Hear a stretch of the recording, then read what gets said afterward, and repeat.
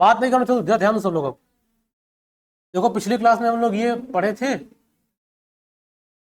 Disease का type, कुछ दो टाइप का जो होता है, इन्फेक्शियस और नॉन इन्फेक्शियस। कौन सी बीमारी होगी नॉन इन्फेक्शियस? कोई एग्जांपल बताओ। हाँ, कैंसर होगा, जो क्रोनिक रिस्पिरेटरी डिजीज हो गया, डायबिटीज हो गया, है ना, ये सारे कैसे होंगे? नॉन इन्फेक्शियस डिजीज होंगे। आज हम लोग पढ़ेंगे जो कुछ कॉमन इन्फेक्शियस डिजीज है ह्यूमन में, वो कौन कौन सी है और वो कैसे होती है और उसका क्या क्या सिम्टम होता है। देखो इसमें ज़्यादा बात नहीं, इस वाले चैप्टर में थोड़ा समझने वाला कम है, इसमें थोड़ा सा याद करना ज़्यादा है। जो समझना होगा पता तो चलेंगे वैसे। अब जैसे मान लो, देखो पहले हमें क्या पढ़ना है, common infectious disease in man. Human के अंदर कुछ ऐसी इन्फेक्शियस बीमारियां हैं जो कि देखने को मिलती हैं, जो हमारे सिलेबस में उसको पढ़ना है। देखो पहली है बीमारी, अच्छा चाहे बैक्टीरिया से हो, चाहे वायरस से हो, चाहे फंगाई से हो, इन सभी से जो बीमारी होगी वो इन्फेक्शियस होगी ना, बैक्टीरिया से भी, वायरस से भी और फंगाई से भी। तो ये पहली जो बीमारी दिखाई दे रही है यहाँ पे, ये कौन देखो ना, बैक्टीरियल डिजीज है। फिर वहाँ चल रहा है ना, इसको क्या बोलते हैं? Bacterial disease. और इसमें बैक्टीरियल डिजीज में पहले आता है टाइफाइड। अच्छा टाइफाइड, देखो जो बीमारी पढ़ेंगे कोई ना कोई उसका पैथोजन होगा, फिर उसका मोड ऑफ ट्रांसमिशन होगा, फिर उसका सिम्टम होगा। मतलब हर बीमारी में क्या क्या होगा? पहले उसका पैथोजन, पैथोजन मतलब किस वजह से बीमारी होती है, फिर उसका क्या आएगा? मोड ऑफ, पहले क्या आएगा? पैथोजन, फिर क्या आएगा? मोड ऑफ ट्रांसमिशन, फिर क्या आएगा? उसका सिम्टम। तो देखो ये है बैक्टीरिया का। तो इसके जो बैक्टीरिया होती है वो क्या होता है? Salmonella typhi. तो साल्मोनेला टाइफी ये याद करना है, टाइफाइड किससे होता है? Salmonella typhi. और एक बात और जानो, जानते हो टाइफाइड देखा जाए ना तो सबको रहता है, जैसे हर एक ह्यूमन को टाइफाइड रहता है। बस जब उसका क्वांटिटी ज्यादा हो जाता है तो उसके सिम्टम दिखने लगते हैं, क्योंकि ये साल्मोनेला टाइफी नाम का जो बैक्टीरिया है सभी ह्यूमन के अंदर पाया जाता है। अगर इसका ग्रोथ ज्यादा हो गया तो उसका सिम्टम दिखेगा तो बीमारी होगा। बात समझ गए ना? अब देखो इसमें क्या है, मोड ऑफ ट्रांसमिशन। जैसे कि in it enter the small intestine through the food and water, मतलब जो कंटामिनेटेड फूड एंड वाटर का जो यूज करेंगे तो ये उससे जो है ट्रांसमिशन इसका होता है। और ये फिर दूसरे बार जब स्मॉल इंटेस्टाइन में जाएगी उसके बाद जैसे वहां पर डाइजेशन जब हो जाएगा तो जो कुछ बचेगा अब वो हमारे किसी ऑर्गन में मूव करेगा। तो जब तक वो हमारे स्मॉल इंटेस्टाइन में रहेगा साल्मोनेला टाइफी, तब तक कोई दिक्कत नहीं होगा। जैसे वो किसी न किसी ऑर्गन में ब्लड के थ्रू मूव किया तो उसका सिम्टम दिखना शुरू हो जाएगा। जैसे कि टाइफाइड मोस्टली फीवर आता है ना। अब बहुत सारे जो हेडेक होगा, क्या बोलते हैं, हाँ, फिर लास्ट में तो बहुत ज़्यादा होगा तो डेथ हो जाएगी। हर एक बीमारी का लास्ट सिम्टम क्या है? वीर गति को प्राप्त हो जाना। बात समझ गए ना? हर बीमारी का लास्ट सिम्टम यही होता है ना। अब ये देख लो इसमें क्या लगभग ये 39 to 40 डिग्री सेल्सियस फीवर रहेगा। अच्छा तुम लोग कभी कभी सुने होगा कि इसको 100 डिग्री बुखार है, या हाँ वो फ़ारेनहाइट होता है, ये बात ध्यान रखना। डिग्री सेल्सियस, हाँ 100 डिग्री सेल्सियस होता तो पिघल जाता। तो जो जो वो होता है वो फ़ारेनहाइट का मेजर किया जाता है ना। ये weakness, stomach pain, constipation, loss of appetite, intestinal perforation और डेथ में अकर, है ना। ये सारे सिम्टम किसके हैं? टाइफाइड होने के बाद के, है ना।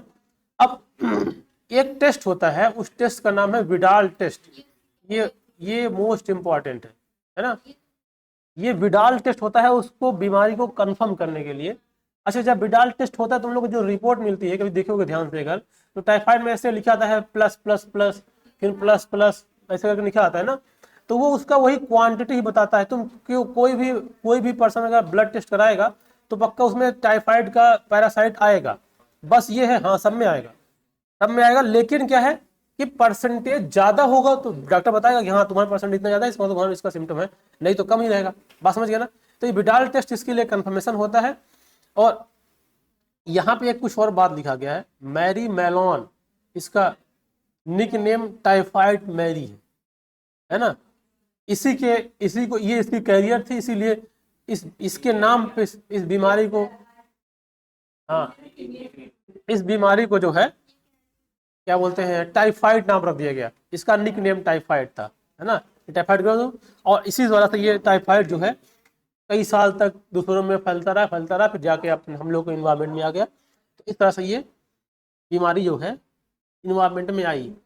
अब देखो दूसरी बैक्टीरियल डिजीज आएगी, इसको क्या बोलते हैं, निमोनिया। अक्सर बच्चों को हो जाया करता है, जो छोटे बच्चे होते हैं उसको अक्सर निमोनिया हो जाता है, बात समझ गए ना। अब इसमें एक बात समझना है, जो निमोनिया होता है ये लंग्स के एल्यूलाई को इन्फेक्ट करता है, बात समझ गए, मतलब किसको इन्फेक्ट करता है, लंग्स के alveoli get filled with the fluid leading to respiratory problem.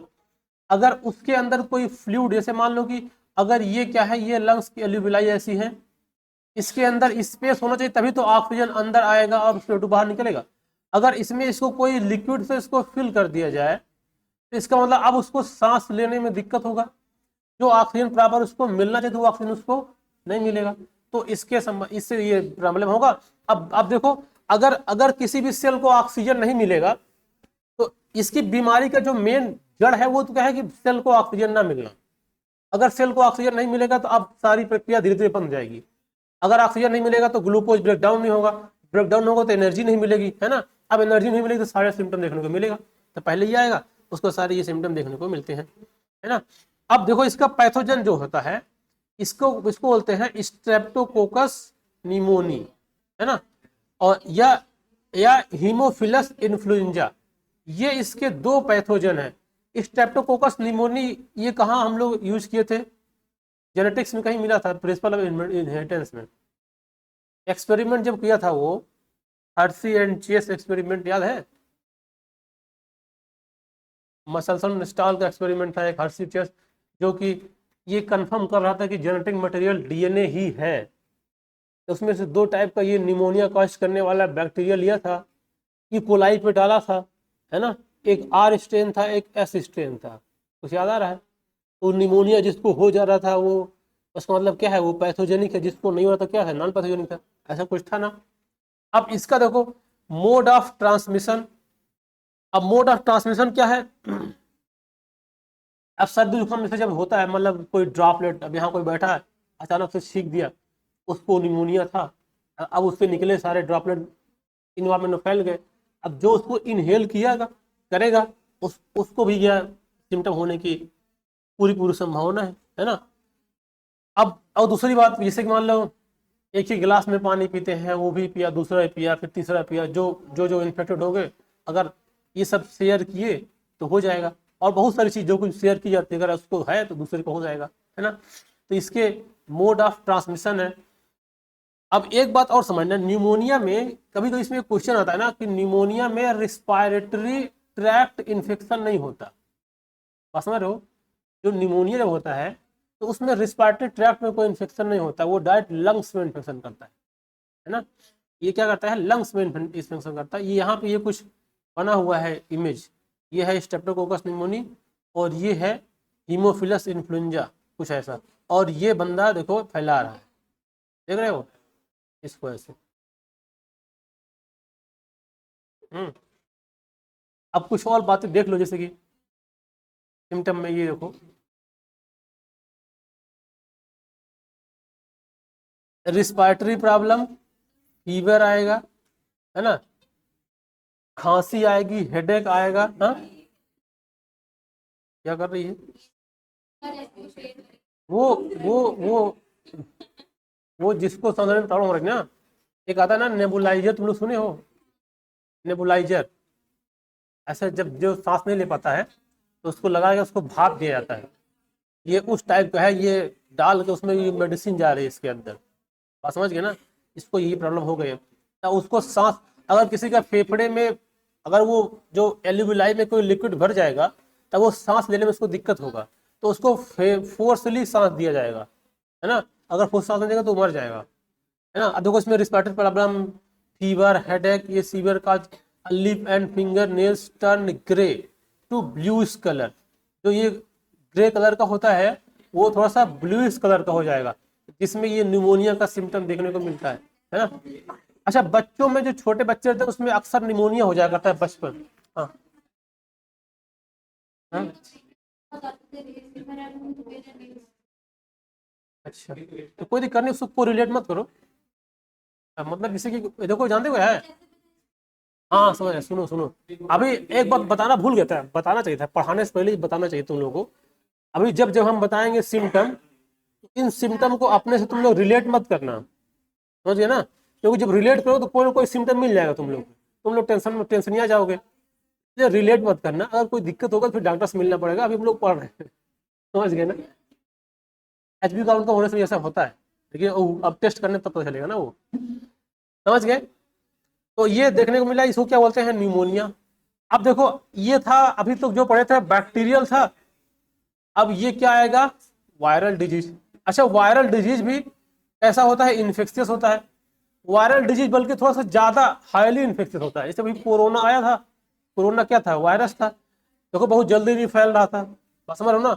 Bacterial थोड़ा सा कम फैलता है, लेकिन जो वायरल है, और खासकर जो एयर में फैलेगा उससे फैलेगा तो और तेज फैलता है। अगर मान लो कोई उसका होस्ट है, कोई उसका वेक्टर है, तो पहले उसमें जाएगा, फिर उसमें जाएगा, तो समय लगेगा। तुम लोग क्यों हंस रहे हो इतने तेज? हाँ? क्यों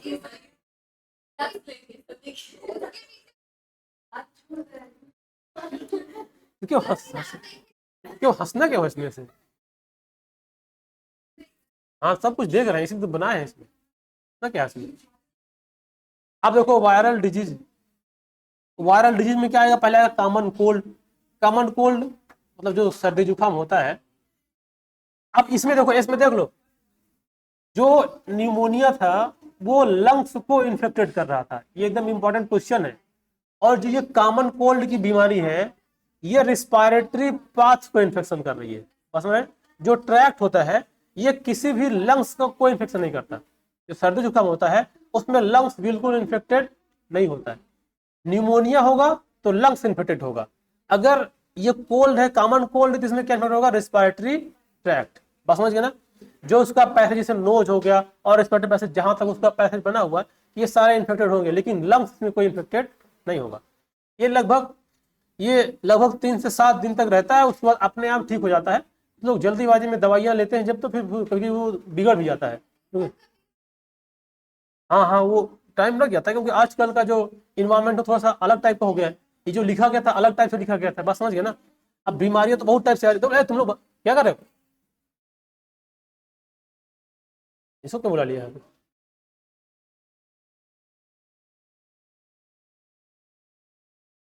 इधर देखो, ये डायग्राम दिखाई दे रहा है, मदन लाल का फेफड़ा फटा हुआ है। ये देखो यहां तक ये पूरा इन्फेक्शन है, ये यहां तक देख रहे हो, देखो यहां तक इसका इन्फेक्शन है, लेकिन लंग्स में इसका कोई इन्फेक्शन नहीं है। तो ये क्या है, रिस्पायरेटरी ट्रैक्ट। एकदम ये बात ध्यान रखना है ना, भूलना नहीं है इसको। हाँ।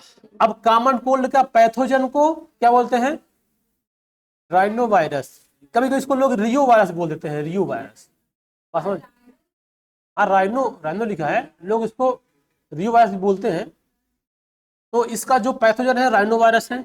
मोड ऑफ ट्रांसमिशन की बात करते तो बहुत सारा इसका टर्म्स है। मान लो कि जिसको सर्दी जुकाम हुआ है, अगर वो जिसका यूज कर, जैसे मान लो हमको हुआ, हम यहाँ पे हाथ रख दिए, अब कोई दूसरा आया वो रखेगा, उसको हो जाएगा।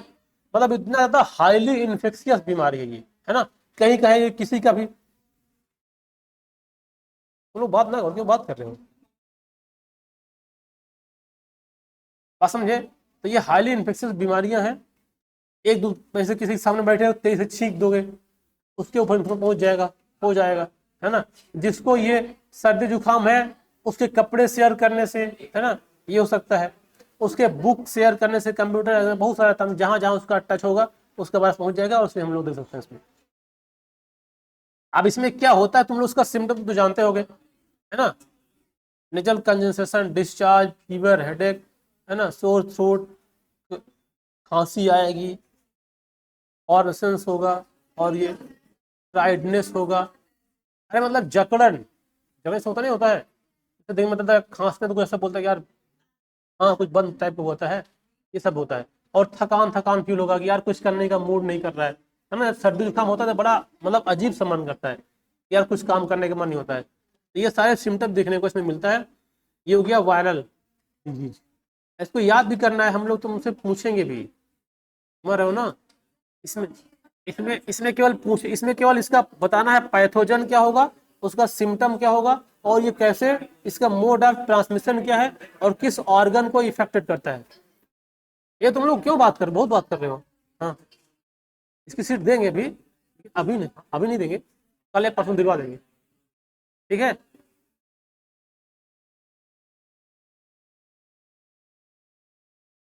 चुप अगर नहीं होगा तो हम ही चुप हो जाए फिर। आप देखो अगली बीमारी आएगी। अब ये थोड़ा सा इंपॉर्टेंट है, इसको इसको समझ जाओ। मलेरिया, मलेरिया कैसे फैलती है इसके बारे में समझो ध्यान से। अभी पूछते हैं जिससे पता होगा। ए क्या कर रहे हो तुम लोग। अब तो आराम से बाद में बात कर लेना, अभी रुक जाओ, कुछ नहीं हो, परेशान ना हो। बदलवाना है लीवर किसका, तुम्हारा।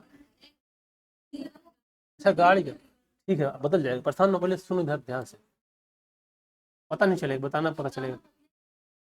अरे ये सामने जाओगे स्कूटी वाला लाइन से लगा, बंद होगा, आगे मिलेगा एक गाड़ी की दुकान। पहले जस्ट सुन लेना से। एक बीमारी होती है मलारिया, मलेरिया, उसको जो पढ़ा जाता है वो है मलेरिया, पढ़ते हैं उसको। इसका जो पैथोजन है उसका पतन होता है प्रोटोजोआ। प्रोटोजोआ कहाँ मिला था, किस किस फाइलम का मेंबर है प्रोटोजोआ, बताओ। प्रोटोजोआ किसका मेंबर है। अरे प्लाज्मोडियम तो उसका एग्जाम्पल है, हाँ स्पीसीज है वो तो। किसका मेंबर है, किस फाइलम में मिला था प्रोटोजोवन। हाँ, या किस किंगडम में मिला था। कितने किंगडम होते हैं, अच्छा बताओ कितने किंगडम है टोटल। हाँ हाँ हाँ, प्रोटिस्टा में। अच्छा अच्छा, एनिमेलिया, एनिमेलिया बहुत बाद में आता है। ये आता है ये प्रोटिस्टा में, ये आता है प्रोटिस्टा में।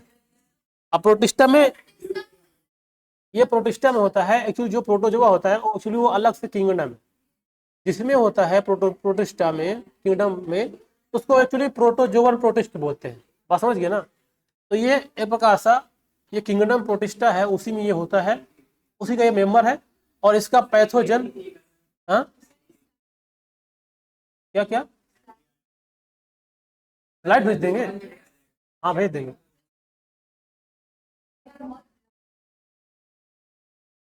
ठीक है भेज देंगे, परेशान ना हो। चलो इधर पहले ध्यान दो। अब देखो इसका पैथोजन क्या होगा, प्लाज्मोडियम स्पीसीज है इसकी।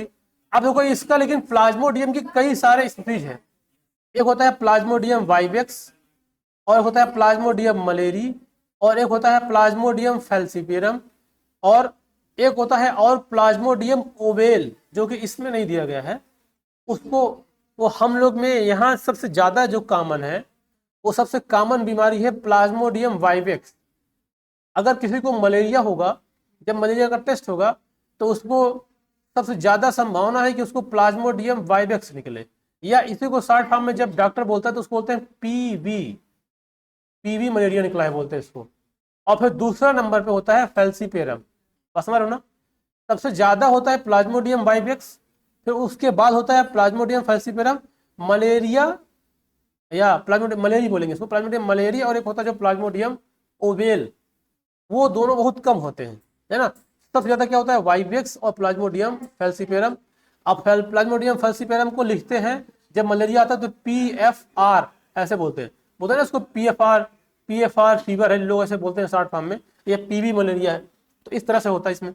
अब इसका देखो मोड ऑफ ट्रांसमिशन, इसका क्या है, एनाफ्लीज मॉस्किटो, वो भी कौन, फीमेल, बस समझ गए ना। मतलब ये जो फीमेल मॉस्किटो है, एनाफ्लिज मॉस्किटो, इसी की वजह से मलेरिया होता है, बात समझ गए ना। मतलब मच्छर नहीं काटता, मच्छरिया काटती है, बात समझ गए ना। खून पीने का काम कौन करता है, फीमेल, मतलब मच्छर, अरे मॉस्किटो की बात कर रहे हैं। समझ गया ना। अब इसका सिम्टम देखो क्या होता है, इसका सिम्टम तो वही फीवर वगैरह आता है, लेकिन ये क्या करता है, इसका एक जो मेन होता है, ये हीमोजाइन नाम का एक टॉक्सिन है, जो प्लाज्मोडियम हीमोजाइन नाम का टॉक्सिन है वो रिलीज करता है, जिसकी वजह से बहुत ज्यादा फीवर आती है 3-4 दिन तक। अगर उसका दवा क्या बोलते हैं एंटीबायोटिक्स नहीं लिया गया तो उसकी उस पर्सन की डेथ भी हो सकती है। बात समझ गया ना। अब एक बात सुनो ध्यान से, इसका इसका एक मैकेनिज्म है, इसको सबको समझना है। जो समझ नहीं पाएगा तो उसको ये समझ में नहीं आएगा। बात समझ गया ना। पहले इसकी बात थोड़ा सुन जाओ। देखो, हर मच्छर के काटने से मलेरिया नहीं होगा, एक बात ये ध्यान देना है। और इसे अभी क्या समझे कि पहली बात तो मेल मच्छर काटता ही नहीं है, बहुत सीधा होता है जलेबी की तरह, और जो फीमेल मच्छर होती है वही काटती है। बात समझ गए ना। अब उसका जानते हो क्या, उसके काटने का रीजन क्या है, क्योंकि फीमेल मॉस्किटो खून क्यों पीती है, उसका रीजन ये है क्योंकि उसको क्योंकि क्योंकि अंडे बच्चे देने कम कौन करता है, फीमेल, मेल तो करेगा नहीं। अब उसको क्या चाहिए, कैल्शियम, ज्यादा कमेंटबाजी नहीं, उसको क्या चाहिए, उसके लिए कैल्शियम, और कैल्शियम उसको कहां से मिलता है, खून पी के। बस समझ रहे हो ना। तो इस वजह से फीमेल मॉस्किटो ब्लड सक करते हैं। और दूसरी बात कि ये जो ब्लड सक करने को उसमें निडल लाइक स्ट्रक्चर होता है, देखो जैसे ये दिखाई दे रहा है ये वाला, ये केवल फीमेल में ही पाया जाता है, मेल में ऐसा नहीं होता है। समझ गया ना।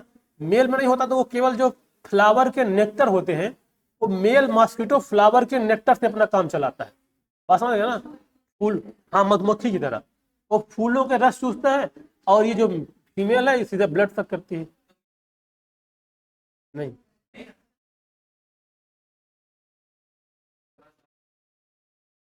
अब सुनो इसके लाइफ साइकिल, इसको ध्यान से समझना, इस लाइफ साइकिल को ध्यान समझना तभी बात समझ आएगी। जैसे देखो, हमने बोला कि हर मच्छर के काटने से, चाहे वो फीमेल ही क्यों ना हो, हर मच्छर के काटने से मलेरिया नहीं होगा। अगर वही फीमेल मॉस्किटो उसको काटेगी, वो अगर वो इन्फेक्टेड होगी तब, अगर मान लो वो इन्फेक्टेड नहीं है और किसी दूसरे को काट लिया तो उसको तुरंत मलेरिया नहीं हो जाएगा। बात समझे। और एक बात और समझना है, मलेरिया केवल और केवल मच्छर ही फैला सकता है और कोई दूसरा नहीं फैला सकता। उसका रीजन क्या है, उसका रीजन ये है कि मलेरिया का जो पैरासाइट अर्थात प्रोटोजोआ है, वो मॉस्किटो के इंटेस्टाइन में ही अपने आप को डेवलप कर पाता है। जब वहां पहुंचता है तो उसको एक सुटेबल इन्वायरमेंट मिलता है। बस समझ रहे हो ना। अगर वो सुटेबल इन्वायरमेंट उसको वही मिलता है तो वही ग्रोथ करेगा, कोई उसको दूसरा खाएगा तो उसको सुटेबल इन्वायरमेंट नहीं मिलेगा। तो इसीलिए केवल और केवल कौन फैलाता है, मॉस्किटो। बस समझ गया ना। अब यहां इसकी लाइफ साइकिल पूरी दी गई है कि हम लोग इसको समझेंगे कि पहले कैसे कैसे स्टेप बाय स्टेप कोई भी मलेरिया का पैरासाइट है वो कैसे फैलता है। बात समझ गया ना। तो जैसे हम लोग स्टार्ट कहीं से भी कर सकते हैं, लेकिन मान लो यहां से स्टार्ट किए, ये जो हम इसको सर्कल कर रहे हैं, मॉस्किटो बाइट अनदर ह्यूमन, मतलब एक मॉस्किटो, फीमेल मॉस्किटो तो किसी ह्यूमन को बाइट किया। बात समझ गया ना। अब हम ये मान के चल रहे हैं कि उन्होंने जिसको बाइट किया, मतलब जो मॉस्किटो बाइट किया, इस मॉस्किटो को पहले से ही बीमारी, मतलब इसके अंदर पैरासाइट था। बात समझ गया ना। जैसे ये मॉस्किटो जो है, ध्यान से बात को समझना, ये यहां से हम लोग स्टार्ट करें, देखो लाइफ साइकिल तो कहीं स्टार्ट कर सकते हैं, लेकिन हमको स्टार्ट करना यहां से। तो यहाँ क्या है कि मॉस्किटो ने बाइट किया अनदर ह्यूमन को। अब ये जो मॉस्किटो बाइट किया, इसके अंदर ऑलरेडी वो प्रोटोजोआ था, अर्थात ये क्या था, प्रोटोजोआ अर्थात क्या, प्लाज्मोडियम। बात समझ गया ना। ये हमें मान चले इसके अंदर प्लाज्मोडियम था। अब इसने क्या किया, किसी दूसरे ह्यूमन को बाइट कर दिया। अब देखो, जब बाइट करेगा तो उसके अंदर जो पैरासाइट होता है, क्या बोलते हैं, प्रोटोजोआ, मलेरिया का, प्लाज्मोडियम, उसका एक स्पोरोजोइड फॉर्म है।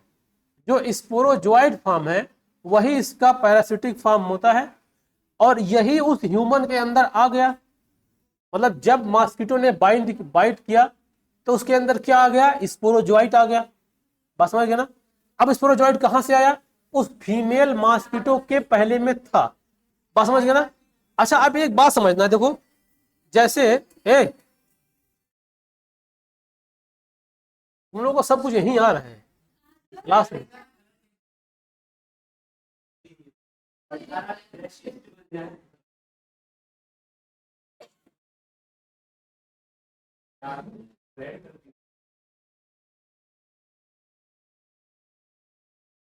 अब देखो एक बात, जैसे इसमें एक बात है कि मच्छर जब किसी का ब्लड सक करती है, तो वो तो ब्लड सक किया ना, तो उसके अंदर वो पैरासाइट अंदर कैसे चला गया? हम बताओ, जो जो पढ़ा है बताओ। नहीं नहीं, वो नहीं पूछना, वो नहीं बताना है। हम ये पूछ रहे थे, सुनो ध्यान से। सलाइवा रिलीज करती है, क्यों सलाइवा को रिलीज करती है? अच्छा, ऐसा नहीं, बताओ कौन कौन पढ़ा है, कौन कौन पढ़ा है इसको? हाँ वो तो हम बताओ, वो तो इसमें पता है। हमने ये बोला, सुनो सुनो सुनो सुनो सुनो, क्वेश्चन इसका ये है कि मान लो इसको क्या था, इसके अंदर मान लो पैरासाइट था स्पोरोजॉइट। अभी जिसको जिसको काटेगा, जिसको काटेगा उसका ब्लड सक करेगा ना, तो वो अंदर कैसे चला गया? वो तो ब्लड खींच लिया है ना, अंदर कैसे चला गया? तो वो सलाइवा अंदर क्यों गया? जब वो तो ब्लड सक कर क्यों गया सलाइवा?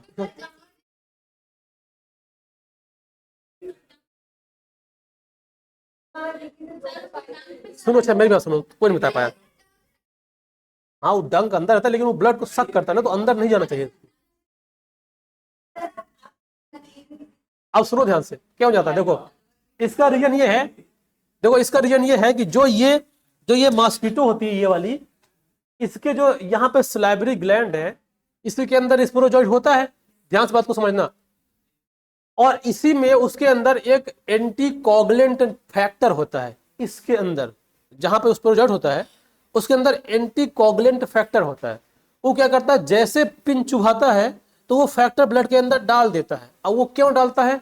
इसलिए डालता है कि इससे ब्लड, जब हम सक करें तो ब्लड क्लॉट ना हो जाए। तो जब वो अंदर इंजेक्ट करता है किसको, ब्लड के एंटी कोगुलेंट को, कि ब्लड जमने ना पाए, तो उसी के साथ वो बॉडी के अंदर चला जाता है। बस समझिए ना, वो स्पोरोजॉइट क्यों अंदर जाता है? क्योंकि जब वो ब्लड सक करती है तो उसके पहले, जस्ट पहले ब्लड में एंटी कोगुलेंट डालती है। और एंटी कोगुलेंट क्यों डालती है? क्योंकि ब्लड जिससे क्लॉट न होने पाए, जिससे हम आसानी से ब्लड को सक कर ले। क्योंकि जैसे ब्लड बाहर आएगा तो क्लॉट हो जाता है। बात समझ गया ना? तो ये क्या करेगा, ब्लड को क्या करेगा, तो रोक दे, मतलब ब्लड क्लॉट करने से रोकेगा। अब जैसे गया तो अंदर पहुंच गया, तो स्पोरोजॉइट ऐसे पहुंच जाता है। तो यहाँ पे स्पोरोजॉइट इस तरह से उसके पास पहुंच गया। तो अब उस ह्यूमन में क्या पहुंच गया, देखो स्पोरोजॉइट। अब उसके अंदर क्या चला गया, स्पोरोजॉइट। अब देखो ये स्पोरोजॉइट क्या करेगा, ये स्पोरोजॉइट उसके ब्लड के थ्रू, पहले जब, क्योंकि वो जब इंजर्ड तो ब्लड कहाँ था, ब्लड में, और उसके ब्लड के थ्रू कहाँ पहुंच जाएगा, लीवर में। ब्लड से कहाँ पहुंचेगा, लीवर में। अब देखो जब लीवर में पहुंचा तो उसके अंदर एक वो होगा, क्या बोलते हैं, साइकिल होगी, उसको बोलते हैं asexual reproduction in liver cell. Liver cell में उस स्पोरोजॉइट का एसेक्सुअल रिप्रोडक्शन होगा। हाँ, हेपेटिक सेल उसी को लीवर बोलते हैं, है ना। अब जैसे खूब सारा ग्रो किया और वो खूब सारा, मतलब उसका संख्या बहुत ज्यादा, नंबर्स बढ़ गए। अब उसके बाद क्या होगा, अब ये जो होगा, जो खूब सारे बन गए हैं, अब वो क्या करेंगे, एसेक्सुअल रिप्रोडक्शन इन आरबीसी। अब ये कहाँ आएंगे, आरबीसी में आएंगे, अर्थात रेड ब्लड सेल्स में। और जब रेड ब्लड सेल में आएंगे तो जो उसके अंदर हीमोजाइन नाम का एक टॉक्सिन सबस्टेंस था वो निकलेगा और आरबीसी के सेल को रप्चर कर देगा। और आरबीसी की सेल क्या हो जाएगी, फट जाएगी। जब आरबीसी सेल फट जाएगी तो हमारे ब्लड का जो कंटेंट है वो कमजोर हो गया, वीक हो गया, तो ऑक्सीजन की कैरिंग कैपेसिटी क्या हो जाएगी, कम हो जाएगी। अब देखो ये क्या, हीमोजाइन साइकिल, फीवर एंड, अब सिम्टम दिखना शुरू हो जाएगा। अब उसके बाद देखो क्या होगा, उसके बाद अगला प्रोसेस आएगा, sexual reproduction stage. Sexual stage आएगा, यही आरबीसी में उसका सेक्सुअल स्टेज होगा। और सेक्सुअल स्टेज का मतलब ये होता है कि गैमिट का बनना, है ना। अब ये गैमिट बनेगा, यानी गैमिटोसाइट्स, बात समझ गए, जो गैमिटोसाइट है मतलब गैमिट बनेंगे। और ये गैमिट अभी क्या करेगा, इस गैमिटोसाइट को, अगर ये गैमिटोसाइट से कहाँ रहेगा, जिस पर्सन के अंदर ये यहां से आया हुआ है उसके अंदर क्या रहेगा, गैमिटोसाइट रहेगा। अब उस पर्सन को कोई दूसरा मॉस्किटो फीमेल अगर सक करेगी तो उसके अंदर क्या चला जाएगा, गैमिटोसाइट, समझ गए ना। तो इस देखो, यहां से ध्यान दो क्या गया उस दूसरे मॉस्किटो में, क्या गया, गैमेटोसाइट।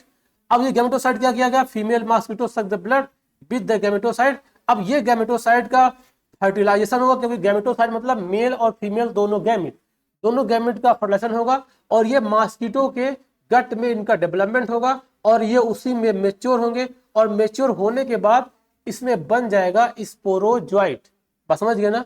अब देखो इसमें एक क्वेश्चन बनता है, क्वेश्चन ये बनता है कि जब ह्यूमन में इंफेक्शन होगा तो कौन सा स्टेज अंदर जाएगा। जब ह्यूमन में इंफेक्शन होगा, इस जो मलेरिया का पैरासाइट अर्थात प्लाज्मोडियम है, उसका कौन सा स्टेज उसके ब्लड में जाएगा।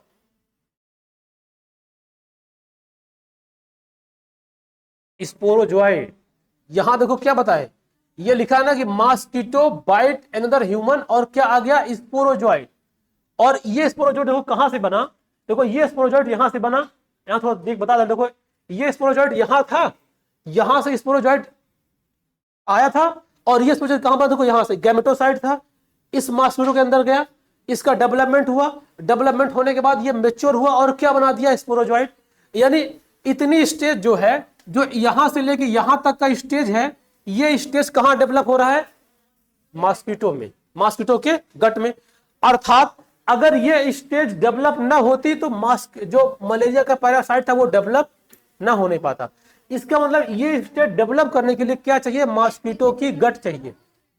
बात समझिए ना। बिना इस मॉस्किटो के गट के मलेरिया अगले स्टेज में मतलब इन्फेक्शन उसका नहीं होगा। अगर देखो पहला क्वेश्चन क्या था कि ह्यूमन के कौन से स्टेज में जाए, कौन सा स्टेज जाएगा, अरे अभी रुक जाओ, अभी मेरी बात सुनो, हमसे पूछो ना क्या समझे, बताओ क्या समझे। ह्यू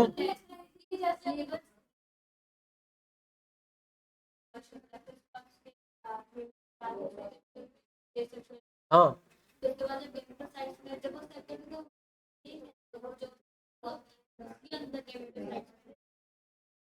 गैमेटोसाइट नहीं, ह्यूमन के अंदर रहेगा वो, ब्लड एसेक्सुअल तो उसमें रहेगा ना। हाँ सेक्सुअल भी गैमेटोसाइट होगा, उसमें रहेगा, क्या बोलते हैं, ह्यूमन में, ह्यूमन के ब्लड में। और क्या देखो ना, ये गैमेटोसाइट स्टेज क्या, सेक्सुअल रिप्रोडक्शन आरबीसी लिखा है ना, आरबीसी ह्यूमन का में रहेगा ना। ये सुनो ध्यान से, एक क्वेश्चन क्या है, ह्यूमन के इन्फेक्टेड स्टेज क्या होगा, स्पोरोजॉइट। और अगर कुछ क्वेश्चन पूछ लिया कि मॉस्किटो का इन्फेक्टेड स्टेज क्या है, मॉस्किटो का इन्फेक्टेड स्टेज गैमेटोसाइट, क्योंकि मॉस्किटो में कहां से आया, गैमेटोसाइट से मिला। अब सुनो, मॉस्किटो जिस ह्यूमन का ब्लड सक किया होगा, की होगी, उसके अंदर गैमेटोसाइट बना रहा होगा, तभी आया होगा। तो मॉस्किटो में जो आया वो कहां से आया, गैमेटोसाइट से। बात समझ गए ना। और जो ह्यूमन में गया वो कौन सा गया, स्पोरोजॉइट वाला स्टेज। बात समझ गए ना। अब देखो इसमें एक क्वेश्चन बनता है, अगर किसी को मलेरिया है, मान लो किसी ए पर्सन को मलेरिया है, हम मच्छर अगर, हाँ बोले तो उसको, हाँ बोलो बोलो, नहीं होगा, और क्या, जब नहीं काटे नहीं होगा, बिल्कुल, और क्या, अगर नहीं काटेगा तो वो नहीं होगा। बस समझिए ना, जब काट के दूसरे ले तो फैलेगा।